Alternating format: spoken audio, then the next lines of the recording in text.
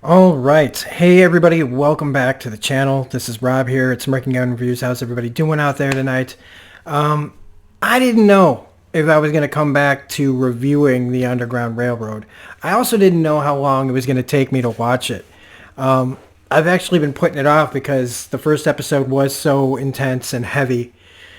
But the more I've been hearing talk about it and the more research I've been doing on this and just the overall reaction that I'm getting in the comment section too, which you guys have been awesome. Some of you guys have just been incredibly just like when you get a great comment section, you gotta praise it, you gotta water it, you gotta watch it grow, man. You gotta hope that it continues because a lot of comment sections can be really just terrible, terrible places. We all know this.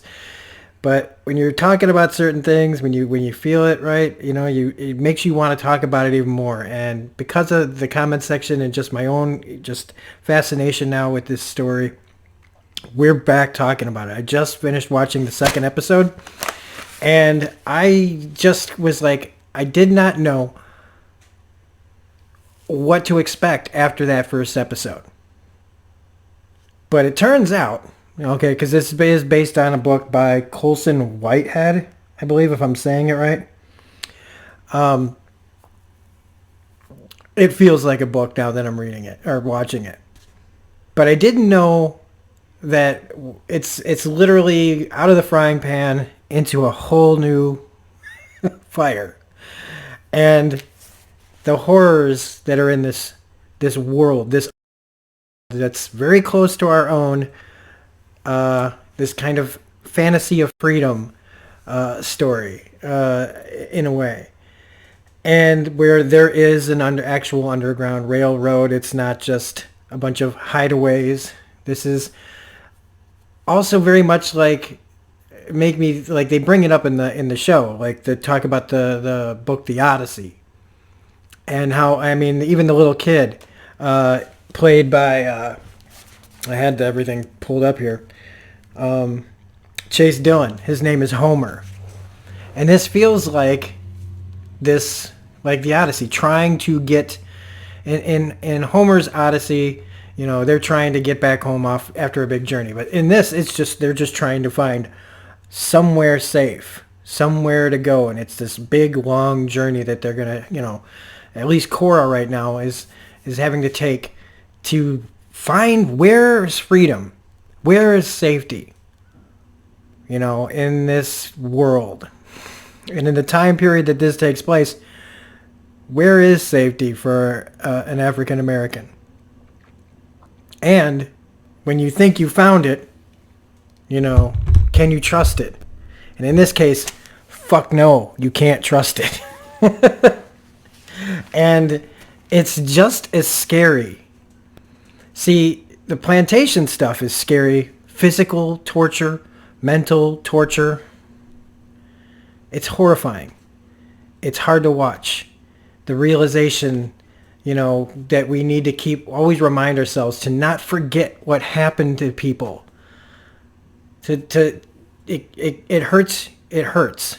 It should hurt to remember these things. That's how you make sure to not let it happen again. At least that's part of it. But what happens when you think you found freedom and you find yourself in another nightmare? And that's what Cora and Caesar find themselves in episode 2 here, South Carolina, where they end up in kind of a different kind of slavery. It's trying to hide that it's not slavery. It's trying to pretty things up. They're not working in the fields. They're not getting whipped. They're not getting tortured. They're not getting murdered. But they are basically under a microscope. They are still under the control of the white people that run this place called Griffin. And on the surface, everything looks great. They're getting taught how to read. They're getting taught how to behave, even though that's a little condescending. Getting taught white people etiquette. This is how you behave in public. This is what you do with your hat. This is how you say this. They have jobs. They get to work and get paid, like not working out in the field. You get to actually have a good job. You get to have money. You get to buy your own things. You get to take classes. You get to do what everybody else should do. So why was it right away that I'm like, well, what's the rub here? What's the get? What's the price of this seemingly, Shangri-La for runaway slaves? And it comes up pretty, it's like a real quickly escalates into how awful this actually is. One of the other things I want to just mention in the beginning of this episode is the whole part about taking the seeds. When Ridgway and Homer are inspecting where Cora lived, right? And they're going about, she didn't take this, but she took the seeds. And it made me think of, it's basically like the slave, this is how I saw it. I could be wrong. It's my interpretation only. Was like when somebody's on the run, right, and they empty out their bank account. People take what's valuable to them and they run, right? In this case, what does she have that she could take with her to leave with? What would a slave take when they're leaving and they're not coming back? Basically taking the seeds is like emptying out the bank account. But it's so weird to think about how the slave masters would, like look and see this stuff. Like it's almost like forensics. Like they knew to look around the garden. Like it's so weird. But it must have been something, it must be some truth to this. This must be how they would look at things. It's, when society isn't as what it is now. It's just it's terrifying. It's horrible, but it's just such a weird little look back at how certain things are done in a certain time period when things aren't as, modernized as we have right now. The Museum of Slavery. Holy crap. When I saw this, the first thought that I got into my head was, if this was ever a real thing. Okay, because they're showing kids, like walking kids through the life of a slave on coming across the ocean, and talking about them, and just they might not be, this might not be a slave town, but they talk about them as if they're just dumb animals, like they're on, animals on Noah's Ark, and the kids are all ooh ah, and the way that it is going on. All I could think of was, if there's a real museum of slavery that handled things like this, if there really was, I don't know, because I know that this show has taken a big, leap into alternate history. But if this was ever a thing, whoever was behind it we would need to find their graves, dig up their bones, and smash them. Because whoever would make something like this deserves that level. I don't know why I went to that degree, but I believe it. I honestly think that if anybody made a museum of slavery that was like a little theme park, you deserve to have your bones smashed after you die. Like when he says FUBU. And the guy that's running it, his name is, Chris Fields. And he was on The Walking Dead. He was the group that Daryl Abraham ran into on the road. And Daryl blew him up with a rocket launcher. And I was like, I would really like to have Daryl blow this guy up again. When he's doing the whip training, and he's like, this is how you do it, and this is how you talk about it. And he said, like, oh God, what did he say? That it's been a while since he'd done it, leading to believe that this actually was something that this guy did before. So this guy who's running, like, partially, it looks like he's running the museum, he's no stranger to what he was talking about. Now he's running a museum about it. Like he's P.T. Barnum of slavery circuses. Jesus. Megan Boone. Okay. I did not, Megan Boone from Blacklist as Miss Lucy. She is terrifying in this. Her close-ups when she's sitting there and she's got all her mouth out and her teeth all showing and everything, and just terrifying because on the surface, she's like, they laugh at the one girl who can't read well, and she's just where you guys are, and hey, here's a book. I know you wanted to read this, and it on the surface is just so great. But then when you have the one lady who, they're having a little party, a little celebration of the town, what they're accomplishing here at this town. And one of the ladies starts freaking out, saying, they're cutting out my babies, they're taking my babies.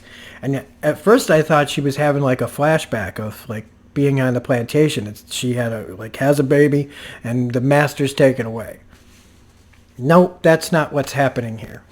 Because Cora goes in for who looked unrecognizable from the beginning, from last episode to this episode. I thought it was two different actors. I thought it was a new character. She looked so different. It was crazy. Like, well, hey, you're not on the plantation anymore, and they cleaned you up and they gave you new clothes, and you look, it was nice to see her happy for a second before everything goes to hell. But they were talking about how she could have her tubes tied. And slowly but surely she realizes that what they're doing is they're controlling how their African Americans in this town have children. And they are literally taking their kids. She's like, where are the Negro children? Talking about sending, well, once you get married and you do this, you go to Evansville, which makes me think of when you tell your kids that, where's the dog? Oh, he went up north to a farm where there's a bunch of other dogs. And that face that she makes, and they do the close-ups on her, it's just creepy as hell. Meanwhile, you've got Caesar, who's got this good job, and he's with all the other guys, and all of a sudden they're getting sick. And there's the rub here. He gets he gets the assistant job for this guy. This guy knows he's educated. This guy understands that Caesar is not, he's very educated. And so he thinks everything's great, but he finds out that they're testing like syphilis on these guys. Poisoning them just to see. And it's like, it's like the Tuskegee experiments all over again. But I mean, before this even happened, they were talking about whether they should keep going on the Underground Railroad. The plan was to go here. This is your first stop, lay low, and then go. And they were like thinking about staying here, the whole idea of like, well, we've got it really good here. Should we even move on? Or should we keep going get further away from our, from the slave masters that are probably still looking for us, and they are. And that's a whole other little conversation we'll have in a second. But we might as well talk about it now. So like they're poisoning the guys with syphilis. They're controlling how they have kids, if they can even have kids. And you got Ridgway and little Homer coming after them. And Lil Homer that kid actor is unbelievably great. He is unbelievably great. He's scary. But I mean, in the end, he's been conditioned to be this way. He probably thinks that this life that he's been given with Ridgway is the only life that he could, if he's got a pretty decent life for a person his age, his color, as long as he just keeps doing what he's doing, and he's a kid, so he don't really know any better.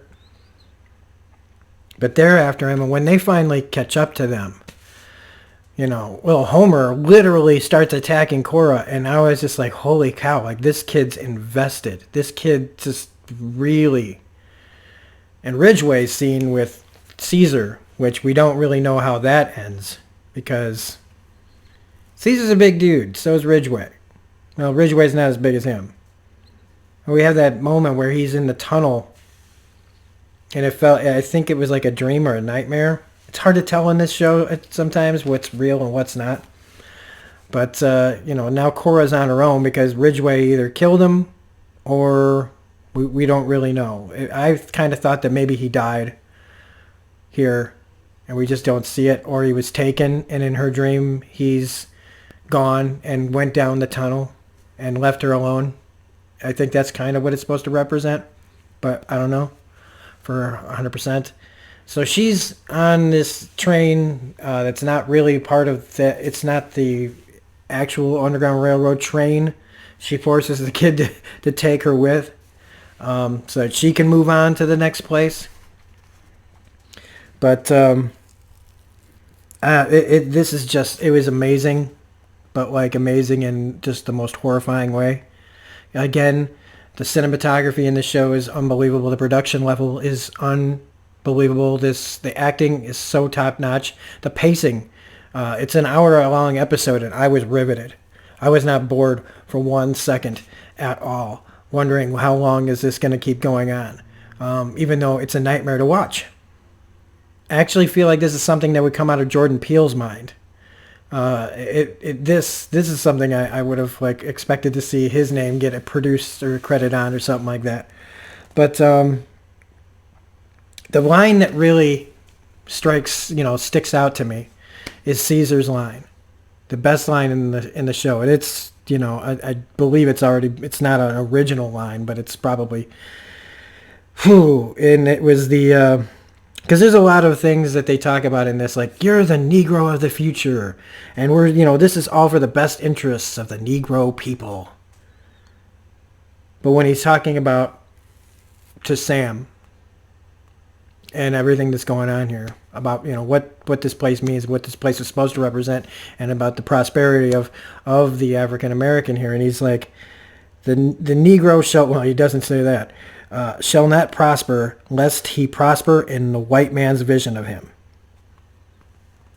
And that is so true today. It's true then, it's true today. And if it's still true today, then what the fuck? Think about this, people. If in this country it still feels like the African American is only allowed to rise so much without it threatening the white man. And while there are certain people out there that have been allowed to do certain things, your average person, your average African American does not have that life. Not everybody's Kanye West. Not everybody is Shaquille O'Neal. I don't know why I said Shaquille O'Neal. Not everybody gets to be rich and famous, is what I'm saying. And the reality is that with everything that's gone on, and we can talk about how it's only been in the last couple of years, like since George Floyd, but it's been long before that. Everything's been burning up and boiling and coming to a head. And it's been happening forever. And we don't talk about it because nobody wants to talk about it. Because how do you deal with it? Well, I know I don't have the answers, but it's when we can start recognizing this, we have to do better. Everybody has to do better at making this country, all the opportunities should be for everyone, not just for some of us. And, I don't have the perfect life, but I know that when I wake up in the morning, I don't feel fear for my life. I can walk down any street, whatever I want, and I feel fine. I rarely get scared. I rarely feel like this world's out to get me. Anything I do, I usually do to myself. But it's not the case for the African American. And this episode shows that even when it looks like you've found the right white people, well, you better keep going and trying to find somewhere else. And that's where Cora's, I don't know where Cora's headed, but I'm pretty sure that with as many episodes as there are left, it's going to take a while for her to hopefully find that safety that everybody deserves. And hopefully Caesar's still around somewhere and we'll find her. But that's this episode. I hope you liked me talking about it. I hope Hope you enjoyed this review. If you did, please hit the like button. Comment. Love the comments. If you're not a subscriber, please become a subscriber. We are close to 2,000 subscribers. I would really love to get to 2,000 subscribers this year. It just helps with motivation. When you see the channel grow, it just helps with motivation. That's really all it is. I don't make money. I don't really make money. I haven't been paid by YouTube yet.